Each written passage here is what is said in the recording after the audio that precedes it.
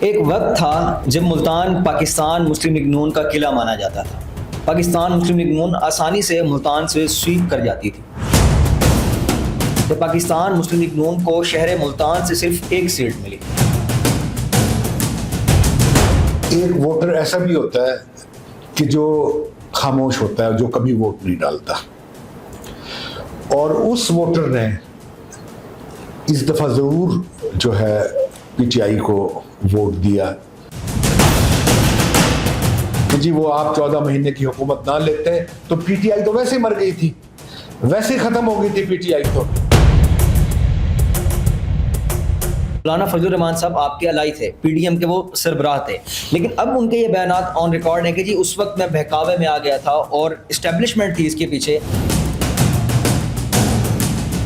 میں ہوں ایک پارٹی پرست شخص, مجھے پارٹی جو حکم کرے گی میں اس کے لیے میں لبیک کرنے کے وقت تیار ہوں. ایک وقت تھا جب ملتان پاکستان مسلم لیگ نون کا قلعہ مانا جاتا تھا.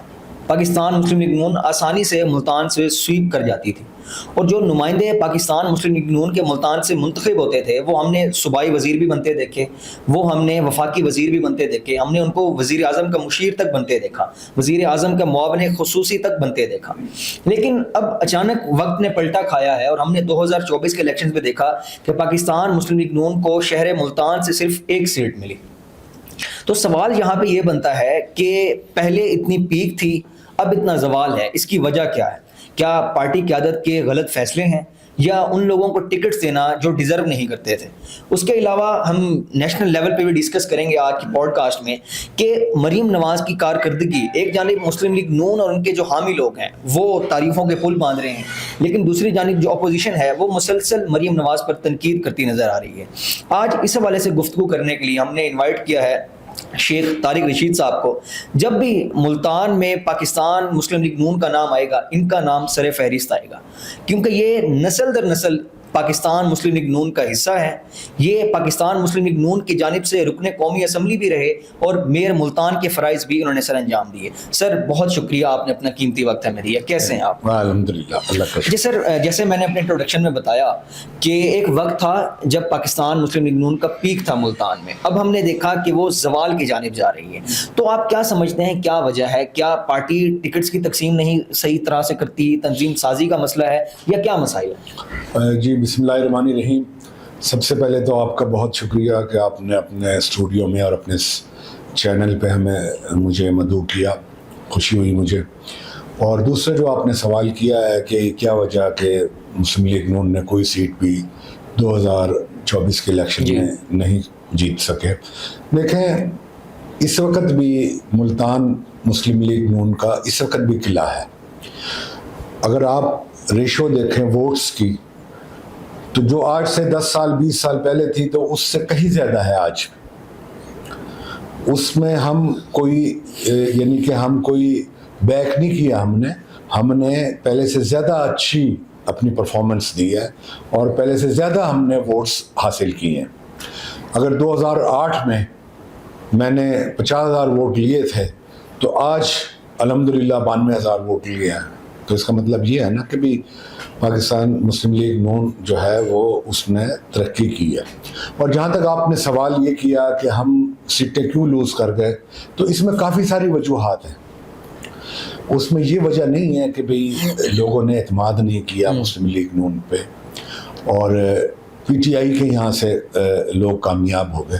دیکھیں, ایک ووٹر ایسا بھی ہوتا ہے کہ جو خاموش ہوتا ہے, جو کبھی ووٹ نہیں ڈالتا, اور اس ووٹر نے اس دفعہ ضرور جو ہے پی ٹی آئی کو ووٹ دیا, اور جس کی وجہ سے وہ کامیاب ہوئی یہاں ملتان سے بھی اور دوسری جگہوں سے. لیکن بہت سارا ووٹر ہمارا بھی بڑھا اور بہت بڑی تعداد میں بڑھا. تو ہمیں یہ کہہ دینا کہ یہ قلعہ نہیں رہا تو یہ بات سراسر غلط ہوگی. اچھا, اس کی پیرالل میں ایک اور بات کروں گا کہ وہ ووٹر جو نکلا جنہیں پہلے یہی نہیں پتا تھا, انہیں سبز باغ دکھائے گئے, انہیں ورغلایا گیا, انہیں یہ چیز بتائی گئی کہ اس سے پہلے جو حکمران تھے وہ سب جو ہے وہ سب ڈکیت چور تھے, اصل لوگ پاکستان کے ہم لوگ ہیں. لوگ اب ظاہر ہے جب ایک شخص یہ کہے گا کہ اگر پیٹرول یار 60 روپے مل رہا ہے اس وقت 160 روپے مل رہا ہے تو یہ آ کے اگر 100 روپے کر دیں گے تو یہ تو اصل تو لوگ یہ ہیں. میں بھی سوچوں گا, ہر شخص یہ سوچے گا. تو ان کے ذہنوں میں یہ چیز پینیٹریٹ کر دی گئی کہ یہ جو لوگ تھے انہوں نے پاکستان کو لوٹا ہے, اور اگر یہ لوگ چاہتے ہیں تو پاکستان اور زیادہ بہتر طریقے سے ترقی کر سکتا تھا, اور وہ ترقی کی طرف ہم لے کے جائیں گے, اور ہم یہاں پہ پیٹرول جو ہے وہ سستا کر دیں گے, ہم کروڑوں نوکریاں دے دیں گے, ہم جو ہے لاکھوں کروڑوں گھر بنا کے دیں گے, اور دنیا بھر کے جو ہے سبز باغ وہ لوگوں کو دکھائے گئے. لوگ یہ سمجھنے میں مجبور ہو گئے کہ بھئی یہ تو اصل لوگ تو یہ ہیں, ان کے پیچھے چلنا چاہیے. اب وہ جو لوگ تھے, جو لوگ جنہوں نے کبھی ووٹ ہی نہیں کاسٹ کیا تھا, انہوں نے جب یہ چیزیں دیکھی تو لا محالہ ہر شخص کہتا ہے کہ جی ان کو بھی آزمایا جائے. ٹھیک ہے کہ بھئی یہ لوگ جو ہیں یہ کیا جو یہ اتنے بڑے بڑے دعوے کر رہے ہیں اور اتنی بڑی باتیں کر رہے ہیں تو ہمیں اسے آزمانا چاہیے. تو انہیں کامیابی بھی دی, انہیں حکومت بھی ان کے حصے میں آ گئی. اب جب پہلا سال گزرا تو لوگوں نے کہا جناب وہ دعوے کدھر ہیں, وہ بڑی باتیں کدھر ہیں. تو انہوں نے کہا ابھی تو ہم آئے ہیں, انشاءاللہ تعالیٰ اگلے سال آپ دیکھیے گا. لوگ پہلے سال چپ ہو کے بیٹھ گئے, چلیں اگلے سال دیکھ لیں گے. جب اگلا سال آیا تو وہ جو 2018 سے پہلے والی جو سچویشن تھی وہ بھی نہ رہی, اور قیمتیں جو ہیں اپنی سطح اس سے 2018 سے پہلے والے سے کہیں بلند چلی گئی. چاہے وہ پیٹرول کی تھیں, چاہے وہ بجلی کی تھی, چاہے وہ گیس کی تھی, چاہے وہ اور خرد و اشیاء نوش اشیاء کی, ہر چیز مہنگائی کی طرف بڑھتی چلی گئی.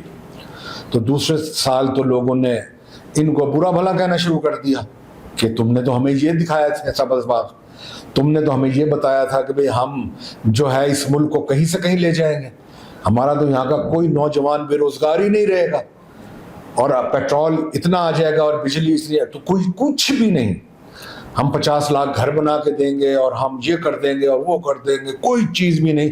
بلکہ مہنگائی کا ایک طوفان آیا اور انہوں نے اتنے بے دردی کے ساتھ اس ملک کے لیے قرضے حاصل کیے کہ کسی طرح وہ اپنی ساکھ کو برقرار رکھ سکے.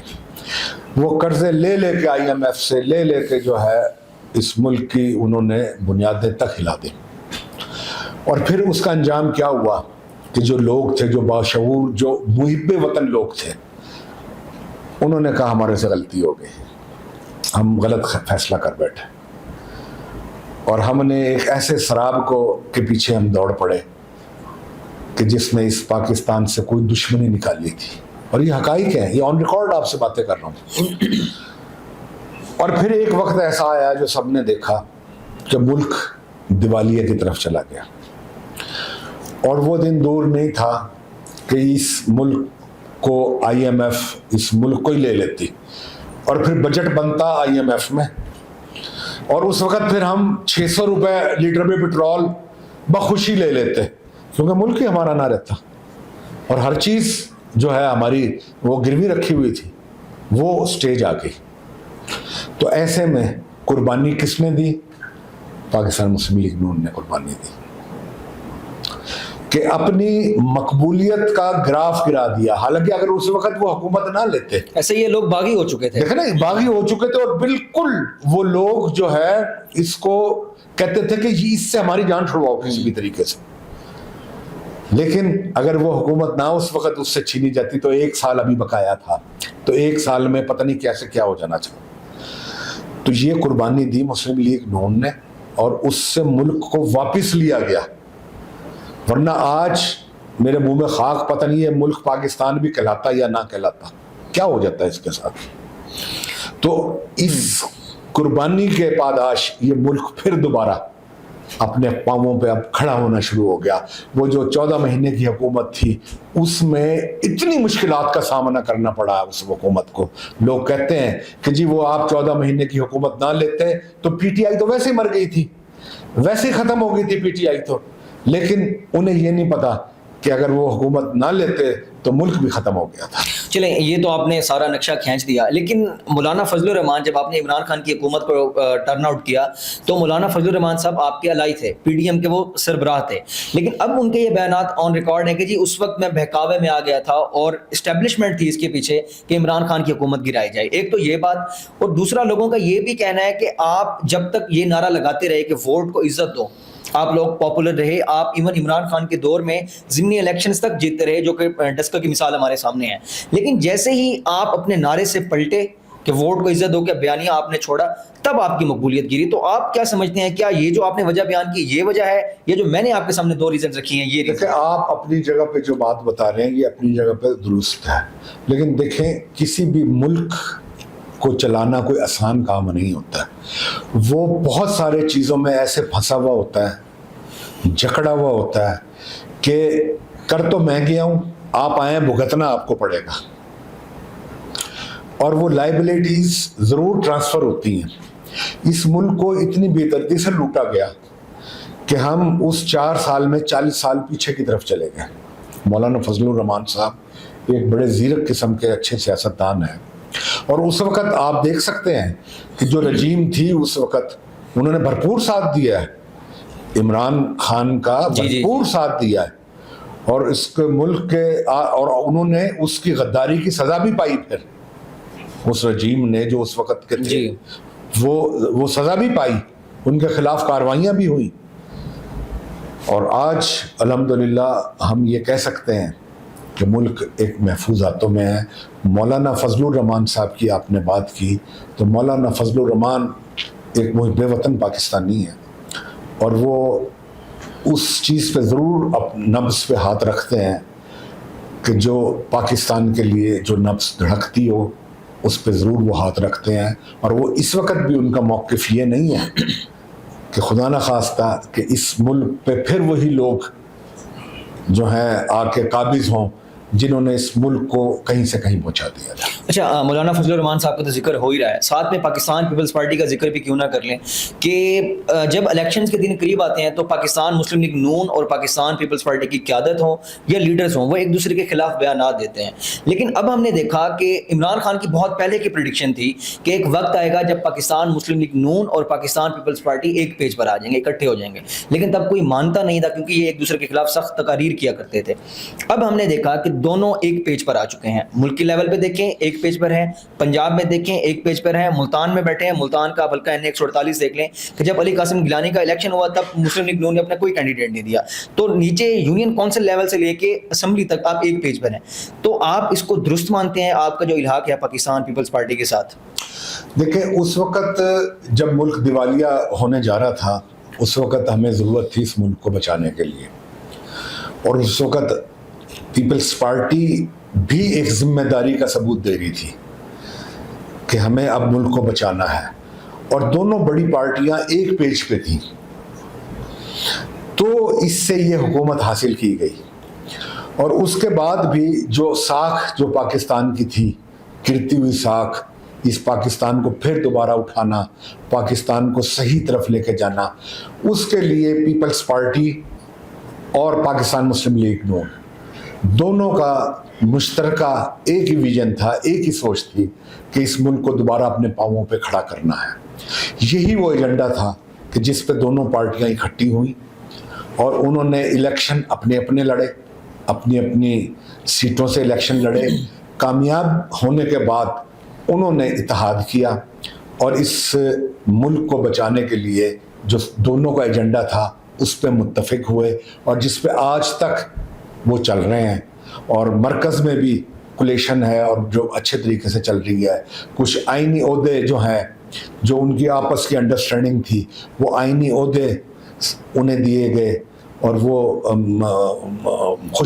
اسلوبی کے ساتھ وزارتیں تو ابھی ان کی ڈیمانڈ نہیں ہیں. ان کی اگر وزارتوں کی ڈیمانڈ ہوتی تو وہ بھی انہیں دی جاتی. اسی طرح پنجاب میں بھی ان کو ان کی پوری انہیں پروٹوکول مل رہا ہے, انہیں پوری طریقے سے ان کو وہ سروسز مل رہی ہیں کہ جو کہ ہماری پارٹی کے M N As M P S کو مل رہی تھی. ٹھیک ہے. اچھا, اب آپ مجھے یہ بتائیں کہ ظاہری بات ہے سیاسی پارٹیز جہاں بھی ہوں گی، جہاں پہ گروہ ہوں گے، گروپس ہوں گے، وہاں پہ اختلافات بھی ہوتے ہیں. ہم نے دیکھا کہ 2024 میں جب پاکستان مسلم لیگ نون کی ٹکٹس ڈسٹریبیوٹ کی گئیں خصوصاً ملتان میں، تو اختلاف سامنے آیا. اس کے بعد ہم نے دیکھا کہ کچھ آپ کے اتنے اسٹرانگ رہنما، اتنے آپ کے پرانے رہنما جن کی نسلیں پاکستان مسلم لیگ نون کے ساتھ منسلک تھی، وہ بھی آپ کو خدا حافظ کہہ کے اور پاکستان پیپلز پارٹی میں اور دوسری پارٹیز میں چلے گئے. تو آپ کی ایک ویڈیو بڑی وائرل ہے 2022 کی کہ کچھ لوگ آپ کا تعارف کروا رہے ہیں مریم نواز سے، اور مریم نواز آپ کا نام لے کے کہتی ہیں کہ آپ کو کون نہیں جانتا. یعنی آپ کی پینیٹریشن ہے پارٹی کے اندر، اوپر کی لیول تک آپ کی آواز سنی جاتی ہے. تو جب پیراشوٹرز کو ٹکٹس دی گئیں، آپ ان کے خلاف کوئی آواز بلند کی تھی پارٹی میں، اور اگر کی تھی تو کیا رسپانس آیا تھا پارٹی کی جانب سے؟ دیکھیں بات یہ ہے کہ اس دفعہ ایک ریزن یہ بھی تھی ہمارے الیکشنز کچھ لوز کرنے کی، کہ جو میرا NA 149 ہے جی، جہاں سے میں ہمیشہ الیکشن لڑتا ہوں، یہاں سے ہمیں جہانگیر ترین صاحب کو اکوموڈیٹ کرنا پڑ گیا. اور ہماری پارٹی کا ایک اپنا مزاج ہے، وہ کبھی بھی آؤٹ سائڈر کو ایکسیپٹ نہیں کرتی. بالکل ایسے ہی ہے، چاہے وہ کوئی بھی ہو، چاہے وہ مسلم لیگ نون کا ہی کیوں نہ ہو. وہ کہتے ہیں کہ ہم نے اگر گزارا کرنا ہے تو طارق رشید کے ساتھ ہی کرنا ہے، یا اور جو لوگ جو فیس ہوں پارٹی کا، فیس یہاں کے ہیں جن کے ساتھ ہم نے مرنا جینا چلنا ہے، تو وہ ہمارے ادھر شہر کے ہونے چاہیے. تو جہانگیر ترین کے آنے سے ہمارا جو ووٹر ہے وہ بہت ہی ڈسٹرب ہوا، اور وہ اس کا اثر پورے ملتان پہ پڑا ہے. بالکل یہ ایک بہت بڑا ریزن بتا رہا ہوں آپ کو کہ ملتان کی ہم نے جو سیٹیں جو لوز کی ہیں، اس کا بڑا ریزن یہ تھا کہ اس کے آنے سے ہمارا جو ووٹر ہے تو متنفر کا وہ ڈس اپوائنٹ ہو گیا، اور وہ نکلا ہی نہیں ووٹ ڈالنے. نہ اس نے صوبائی کینڈیڈیٹس جو تھے انہیں ووٹ دیا، نہ انہوں نے اپنے جو وفاقی MNAs تھے انہیں ووٹ دیا. تو بات یہ ہے کہ ہمارا جو ملتان کا جو ایک مزاج ہے، اور بھی شہروں کا ہوگا وہ، لیکن ہمارا یہاں کا یہ مزاج ہے کہ ہم کسی بھی باہر سے آئے ہوئے شخص کو کبھی بھی ایکسیپٹ نہیں کرتے. یہ ابھی کی بات نہیں ہے، یہ شروع سے یہ چیز چلی ہوئی آ رہی ہے. اب دیکھیں نا، آپ نے میرا بڑا اچھا ایک تعارف کرایا، میں شکریہ ادا کرتا ہوں کہ ہم وہ لوگ ہیں کہ جو الحمدللہ جب مسلم لیگ نون جب معرض وجود میں آئی تھی، میرے والد صاحب بالکل بانیوں میں سے تھے، اس کے پاکستان مسلم لیگ بنانے والوں میں سے تھے، اور ابھی تک الحمدللہ ویسے ہی چلے ہوئے آ رہے ہیں، نسل در نسل چلے ہوئے آ رہے ہیں. لوگ ہمارے پہ اعتماد کرتے ہیں. ہار جیت ہے میرے رب کے اختیار میں، لیکن لوگ ہمارے پہ اعتماد کرتے ہیں. میں نے جو 2-3 الیکشن لڑے، میرا آپ ریکارڈ اٹھا کے دیکھ لیں کہ میں نے ہر الیکشن میں پہلے سے کہیں زیادہ ووٹ کیے ہیں. بالکل. تو یہ ہوتی ہے کسی کی مقبولیت کا پیرامیٹر. یہ نہیں ہوتا کہ بھئی ہمیں کہیں باہر سے ہم کسی اور کو لے آئیں، کسی کو ادھر سے لے آئیں. نہیں، یہ بات نہیں ہوتی ہے. بات کرائٹیریا صرف یہ ہوتا ہے کہ میں نے اپنے شہر کے لیے میں نے کتنی خدمات کی ہیں، میں نے کتنا صرف کیا ہے، میں پارٹی کے لیے کتنا لائل ہوں. الحمدللہ میں تو کبھی کسی پارٹی دوسری سے نہیں آیا یا گیا. مجھے بھی بڑی آفرز ہوئی ہیں. آپ نے جب ابھی جو ذکر کیا کہ کچھ لوگ بہت لائل تھے وہ چلے گئے، ہو سکتا ہے مجھے بھی بہت ساری آفرز آئی ہوں، میں نے تو نہیں ایکسیپٹ کی. میں تو اسی پارٹی میں اسی قیادت کے ساتھ ہوں جہاں میرے باپ دادا مجھے چھوڑ کے گئے تھے، میری تو نسلیں بھی ادھر ہی ہیں. تو یہ لائلٹی ہوتی ہے. اگر کوئی اور کہیں سے اٹھ کے آ جائے اور وہ مسلم لیگ کا وہ بن جائے تو وہ اس کو پبلک پسند نہیں کرے گی. کیوں کہ اس کی جو کریڈیبلٹی ہے اس پہ حرف آ جائے گا کہ یار یہ آج تو ادھر تھا، کل کو اگر یہ پھر یہ کہیں چلا گیا تو پھر ہم کیا کریں گے. تو وہ لوٹے والا ٹیگ لگ دیکھا نا جی. اب الحمدللہ بہت سارے ملتان میں اور لوگ ایسے ہیں کہ جو بالکل لائل ہیں پارٹی کے ساتھ اور چلے ہوئے آ رہے ہیں. اور کئی جگہوں پہ ایسے بھی ہے کہ جب الیکشن ہوتا ہے تو ہمیں کہیں نہ کہیں سے لوگوں کو اکوموڈیٹ کرنا پڑتا ہے. کئی سچویشنز، کئی چیزیں ایسی آ جاتی ہیں کہ انہیں ہمیں نہ چاہتے ہوئے بھی قبول کرنی پڑتی ہے. جیسے میں نے جہانگیر ترین کی آپ کو مثال دی، یا اور ملتان میں ایک دو اور مثالیں ہیں، شاید میں آن ایئر نہ دینا چاہتا ہوں وہ مثالیں. کئی مثالیں ایسی موجود ہیں کہ ہمیں وہ بادل ناخواستہ انہیں قبول کرنا پڑا. تو لیکن میں یہ کلیئر کہہ رہا ہوں کہ ملتان کل بھی مسلم لیگ نون کا گڑھ تھا، اور الحمدللہ آج بھی گڑھ ہے، اور کل بھی آنے والے میں بھی انشاءاللہ مسلم لیگ نون کا گڑھ رہے گا. چلیں یہ تو آپ نے اپنا ایک نظریہ بیان کر دیا. جب جہانگیر ترین صاحب آئے تھے تو آپ کو آئیڈیا ہو گیا ہوگا, جیسے آپ ملتان کے لوگوں کا آپ نے ذکر کیا کہ وہ باہر کے لوگوں کو ایکسیپٹ نہیں کرتے, تو کیا آپ نے پارٹی کے اندر آواز اٹھائی تھی مریم نواز تک یا حمزہ شہباز تک, جو پارٹی کی ٹکٹ ڈسٹریبیوشن میں بہت آگے ہوتے ہیں, کیا ان تک آواز پہنچی تھی؟ دیکھیں میں ایک پارٹی کا لائر بالکل, ایک میں ان کا ایک بہت ہی زیادہ ایک یوں سمجھ لیں مخلص ترین, یا ان کا بالکل ایک ایمانداری کے ساتھ میں اپنی پارٹی کا مخلص ورکر ہوں.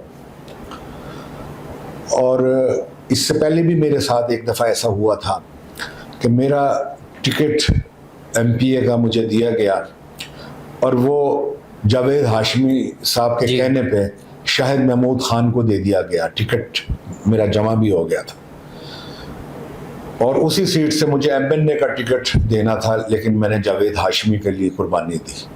جاوید ہاشمی صاحب تقریروں میں کہتے تھے کہ جی اس نے اتنی بڑی میرے لیے قربانی دی ہے کہ میں اس کی عظمت کو سلام کرتا ہوں. میں نے جاوید ہاشمی کے لیے بھی قربانی دی ہوئی ہے. میرا وہ ٹکٹ واپس ہو کے شاہد محمود کو دیا گیا. ایک دفعہ میرا ٹکٹ لے کے جاوید ہاشمی کو دیا گیا, جب بھی میں نے قربانی دی 2 دفعہ. ضمنی انتخاب میں جب یہ نشان پارٹی نہیں دیے تھے, ٹکٹ مجھے دیا گیا تھا. میاں صاحب نے کہا کہ آپ ہمیشہ سیکریفائز کرتے ہیں, یہ ہاشمی کے مقابلے میں آپ نہ وہ کریں. میں نے کہا یس سر. تو یہی ہوا اس دفعہ بھی کہ میں نے اس دفعہ اپنے حلقے میں بہت محنت کی ہوئی تھی. اور آج آپ میرے پورا یہ NA-149 کے لوگوں سے آپ پوچھیں, وہ یہ کہتے ہیں کہ طارق رشید یہاں پہ ہوتا تو یہ کبھی بھی سیٹ ہم لوز نہ کرتے. لیکن میں نے پارٹی کے ایک کہنے پہ کہ آپ یہاں سے آپ کو سیکریفائز کریں, آپ کی تو ہسٹری ہے سیکریفائز کرنے کی, لیگیسی ہے پوری, یقین لیگیسی ہے. میں نے 1 منٹ نہیں لگایا. اچھا پھر دوسری جو بات کی, وہاں مجھے میرے تحفظات تھے تھوڑے سے. انہوں نے کہا کہ جی آپ جو ہیں ایم پی اے کا ٹکٹ اس حلقے سے لڑ لیں. وہاں میں نے کہا پارٹی کو, میں نے کہا سر وہ میرے لیے معذرت ہے, میں پارٹی کا آپ نے مجھے حکم کر دیا, میں نہیں لڑ رہا اپنے حلقے سے, اور میں بھرپور سپورٹ بھی کروں گا اس شخص کی, لیکن مجھے یہ مجبور نہ کریں کہ میں سٹیپ ڈاؤن کروں اور میں ایک ایسے حلقے سے صوبائی اسمبلی کا الیکشن لڑوں کہ جو کہ پوری طرح میرا حلقہ بھی نہیں ہے. چند یوسیاں میری پرانی تھی, باقی ساری یوسیز میرے لیے نئی تھی. تو مشکل ہو جاتا ہے, میرے لیے مشکل ہو جائے گا. اور پھر میں ایک سینئر موسٹ میری شخصیت ہے, اور میں پھر ایم پی اے کا الیکشن لڑوں, اور پھر یہ نہیں میں کہتا کہ بھی میں اس کے نیچے نہیں لڑ سکتا یا یہ ہے, یہ میری ایک اپنی ایک انا تھی. لیکن یہ میری دوسری قربانی تھی پارٹی کے لیے. جب پارٹی نے مجھے کہا کہ نہیں آپ نے یہاں پہ ہر حالت میں الیکشن لڑنا ہے, کیوں کہ کوئی بھی فیس ایسا نہیں ہے پرانا کہ جو یہاں پہ آ سکے, تو آپ ہمارے لیے یہاں موزوں ترین وہ ہیں اور ہم کسی پہ اعتماد نہیں کرتے. تو میں نے وہ بھی قربانی دی, حالانکہ بالکل 0.1% بھی میرا نہیں تھا. میں نے کہا ٹھیک ہے پارٹی کے لیے, دیکھیں میں ہوں ایک پارٹی پرست شخص, مجھے پارٹی جو حکم کرے گی میں اس کے لیے میں لبیک کہنے کے ہر وقت تیار ہوں. میں یہ نہیں ہوں کہ پارٹی نے اگر مجھے یہاں سے ٹکٹ نہیں دیا یا کسی اور کو دے دیا اور کسی دوسری پارٹی نے مجھے آفر کی اور میں اٹھ کے ادھر چلا گیا. جی ہاں, میرے لیے اقتدار کوئی اہمیت نہیں رکھتا کہ میں ایم این اے سینیٹر یا ایم پی اے منسٹر یا کوئی بن جاؤں. میرے لیے میٹر کرتی ہے تو میری جماعت کرتی ہے, میری پارٹی کرتی ہے, میرا قائد کرتا ہے. سر آپ کی وفاداری سے تو لوگ واقف ہیں, اور آپ نے ویسے بھی ہمیں ہسٹری بتا دی. چونکہ ملتان کی بات ہو رہی ہے تو آپ ملتان کے میئر بھی رہے ہیں. آپ کیا سمجھتے ہیں کہ جب آپ میئر ملتان بنے تھے تو آپ نے کچھ ایسے مسائل دیکھے ہوں کہ یار یہ مسائل ہیں, یہ چیلنجنگ ہیں, یہ میں نے حل کرنے ہیں؟ کون سے ایسے مسائل تھے, اور وہ آپ کیا سمجھتے ہیں کیا وہ مسائل اب تک حل ہو چکے ہیں یا وہ ابھی بھی جوں کے توں ہیں؟ دیکھیں جب میں میئر بنا تھا اس وقت یہ تمام محکمے میئر کے انڈر ہوتے تھے, ایجوکیشن بھی, ہیلتھ بھی, سالڈ ویسٹ بھی, ایم جی اے بھی, اور تقریباً 18 محکمے تھے اس کے علاوہ بھی کہ جو کارپوریشن کے انڈر ہوتے تھے. اور پوری دنیا میں ایسے ہی ہوتا ہے کیونکہ لوکل باڈیز جو ہے وہ ایک ریڑھ کی ہڈی ہے, کوئی شک نہیں, کسی بھی سیاسی جماعت یا کسی بھی شہر کی.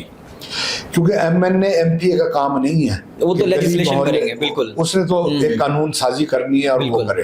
میں بھی جب ایم این اے تھا تو میرے پاس 80% جو مسئلے آتے تھے، میری گلی رک گئی ہے، میری سڑک رک گئی ہے، میرا گٹر بند ہے، میری لائٹ نہیں. اب یہ کام اگر میں کروں گا صحیح تو بات ہے. بتائیں کہ میں کیا سوچوں گا قانون ایسے سازی یہ کے تو لیے؟ کونسلر کے میرا کام ہے. دماغ ہی وہیں پھنسا رہے گا کہ یار میرا فلانا حلقہ ہے وہاں کی، یار مجھے یہ کام کرانا ہے. تو اس لیے لوکل باڈیز ہونا انتہائی ضروری ہے. اس وقت جو تھا جب میں میئر تھا، یہ سارے ڈپارٹمنٹس تھے اور یقین کریں کہ اس خوش اسلوبی سے چلتے تھے. جب میں نے میئر کا چارج سنبھالا اس وقت جو میونسپل کارپوریشن خسارے میں جا رہی تھی، کروڑوں روپے خسارے میں تھی. اور جب جنرل مشرف کا جو کو آیا اس وقت یہ ہمارے سے چھین لی گئی سب کچھ، کارپوریشن بھی اور سب کچھ چھین لیا گیا. اس وقت 22 کروڑ روپیہ خزانہ میونسپل کارپوریشن میں موجود تھا. یعنی کہ میں نے اتنا وہاں پہ کام کیا، سرپلس تھا، اتنا میں نے وہاں پہ کام کیا ہے، اتنی میں نے روڈز بنوائی ہیں، اتنے میں نے سکولز بنوائے ہیں، اتنے میں نے وہاں پہ ہر چیز بنوائی ہیں کہ کہیں نہ صفائی کا مسئلہ تھا، نہ کہیں پہ جو ہے پانی، روشنی، بجلی، لوکل باڈیز کی اور گلیاں، محلے اور جو بھی چیزیں تھیں، کہیں کوئی مسئلہ نہیں تھا. آج دیکھ لیں الگ الگ محکمے ہیں لیکن پھر بھی مسائل ہیں، بڑھتے جا رہے ہیں. اس کی دو وجوہات ہیں. ایک تو آبادی ہماری اس بری طریقے سے بڑھ گئی ہے کہ ہمیں اس کو کنٹرول کرنا مشکل ہو گیا ہے، اور دوسری بات جو ہے کہ ہمیں جو تجربے ہوتے رہے ہیں نا نئی نئی حکومتوں کے، اس نے ہمیں بڑا نقصان پہنچایا. اور یہ دیکھیں یہ سارے محکمے جو ہیں ہم نے الگ الگ بنا دیے. یہ میرے ابھی بھی میرے خیال میں یہ ایک ہی چھت کے نیچے ہونے چاہیے. اب واسا کے لیے ہمیں کہیں دوڑنا پڑتا ایسا ہی ہے، بالکل. سالڈ ویسٹ کے لیے ہمیں کہیں دوڑنا پڑتا ہے، ہمیں اسکولوں کے لیے جو ہے وہ کہیں اور دوڑنا پڑتا ہے. یہ جب ایک ہی تھے جس وقت میں میئر تھا تو یہ ہر چیزیں، ہاں ان کے جو ہیں ان کے جو بھی ان کے انچارج یا جو بھی ان کے ہیڈز ہوتے تھے وہ الگ الگ ہوتے تھے، لیکن انہیں سب کو میئر جو ہے وہ ڈیل کرتا آپ سے تھا. کوارڈینیشن میں تو ہوں گے نا وہ، بالکل. تو اس لیے وہ وقت بہت اچھا ہم نے گزارا، بڑا اس میں تاریخی ہم نے کام کیے. اور الحمدللہ اس کے بعد جو ہے بہت سارے میرے پہ کیسز ہوئے اس دور میں، اور میں سب کیسز سے الحمدللہ میں واحد بندہ تھا کہ میں سرخرو رہا بالکل. اور وہ مجھے کہتے تھے، اس وقت کی جو رجیم تھی وہ مجھے کہتے تھے کہ یار آپ کی تو کوئی بھی چیز ہم دیکھتے ہیں تو پہلے سے بہتر نظر آتی ہے. تو میرے جو سی او صاحب تھے، ایک میں لائٹر موڈ میں کہہ رہا ہوں، وہ بھی آرمی کے ریٹائرڈ میجر تھے. تو وہ مثال دیتے تھے، کہنے لگا جی شیخ راؤ صاحب تھے، وہ کارڈے کے ریٹائرڈ میجر تھے. کہنے لگا جی شیخ صاحب تو ایسے ہیں کہ بسکٹ اور چائے بھی اپنی جیب سے پلاتے ہیں یہاں پہ. اور یہ حقیقت تھی کہ میئر کا اعزازیہ صرف 10,000 روپے مہینہ تھا اس وقت، اور میں نے وہ 10,000 روپے مہینہ پلس 10,000 اپنی جیب سے، میں نے کہا یہ 20,000 روپے جو بھی مہمان آئے اس کی توازو چائے اور بسکٹ سے کریں. ورنہ میں اس وقت چاہتا، میں میئر تھا پورے ملتان کا، میں چاہتا تو 5 اسٹار ہوٹل سے کھانوں کے یہاں پہ رش لگ جاتے ہیں. تو بات یہ ہے کہ ہم نے ایمانداری سے کام کیا اور اپنی پارٹی کی وفاداری نبھائی. اور آج بھی میں اس چیز میں وہ ہوں کہ اس وقت جو ہماری حکومت چل رہی ہے، یقیناً آپ کا اگلا سوال بھی یہی ہوگا. جی بالکل، اگلا سوال یہی کہ وہ آپ یا تو آپ سوال کر لیں یا میں خود ہی اس کا جواب دے دوں. میں آگے اسی طرف آ رہا ہوں کہ اب حکومت مرکز میں بھی پاکستان مسلم لیگ نون کی ہے اور صوبے میں بھی پاکستان مسلم لیگ نون کی ہے. جو مسلم لیگ نون کے کارکن ہیں یا مسلم لیگ نون کے حامی ہیں وہ تو ظاہری بات ہے یہی بات کر رہے ہیں کہ ملک سٹیبل ہو رہا ہے، اور مریم نواز پنجاب میں بہت اچھا کام کر رہی ہیں، اوپر شہباز شریف بہت اچھا کام کر رہے ہیں. تو آپ اگر میں آپ سے کہوں کہ آپ شہباز شریف کو 10 میں سے کتنے نمبر دیں گے ابھی تک کی جن کی پرفارمنس ہے، اور مریم نواز کو 10 میں سے کتنے نمبر دیں گے اور کیوں؟ تو کائنڈلی یہ ایکسپلین کر دیں. دیکھیں، نہ میں شہباز شریف کو نمبر دوں گا، نہ میں مریم نواز کو نمبر دوں گا. میں نمبر دوں گا میاں نواز شریف کو. اچھا، 100 میں سے 100 نمبر. کیوں؟ کہ اصل پالیسیز، اصل جو چیزیں ہیں وہ میاں نواز شریف صاحب کی چل رہی ہیں. میاں شہباز شریف صاحب بھی وہیں سے جو ہے دوا لیتے ہیں اور مریم نواز تو ہیں ہی ان کی بیٹی، وہ بھی وہیں سے احکامات لے کے یا تبادلہ خیال کر کے چل. اور آپ یقین کریں، میں یہ اس لیے میں ایک پاکستانی ہونے کی حیثیت سے ایک بات کرنا چاہ رہا ہوں کہ آج سے پہلے ہم نے کبھی بھی یہ چیزیں نہیں دیکھی کہ جو اب ہونے جا رہی ہیں. اور ہو رہی ہیں.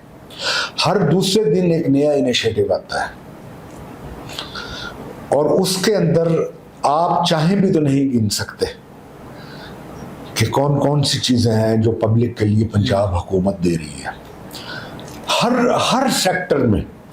بلکہ ایک چیز تو مجھے اتنی حیرت ہوئی کہ ہمیں بلایا گیا ادھر، جو بیوہ خواتین ہیں ان کے لیے ایک تیار ہوئی گائے اور ایک بھینس ان کے روزگار کے لیے انہیں دی گئی کہ یہ اپنا مہینے کا خرچہ اس گائے اور بھینس سے پورا کر کے دودھ کے ذریعے اپنا جو ہے گزر اوقات کر رہے ہیں. بتائیں کہ کوئی اس لیول پہ سوچ سکتا ہے؟